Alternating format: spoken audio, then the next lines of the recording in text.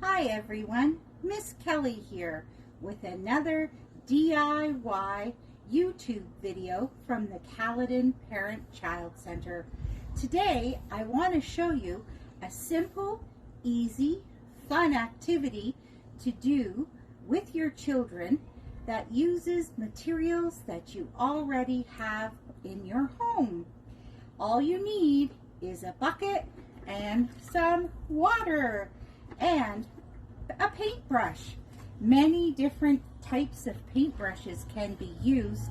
A foam brush, a scrub brush, an actual paintbrush, a toothbrush, and you could even use a leaf if you wanted to, or a feather, and be creative with your different painting materials. But when you're outside painting with water with your children, so many different skills are being developed. You're developing both their gross and fine motor skills. You are also helping them to not only develop mentally but also and physically, and you are using both sides of their brain by having them do this fun activity. The best part about painting with water, there's no mess to clean up, and the children are actually learning cause and effect by painting with water.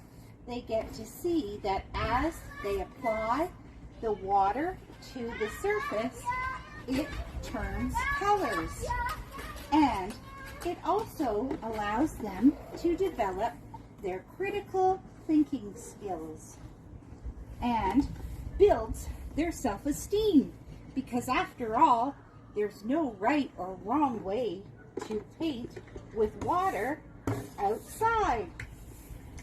And also it teaches decision making, problem solving, and there's many different surfaces that you can paint, not just wood. Children can also paint bricks, or they can paint the driveway, or they could even paint the steps or the veranda.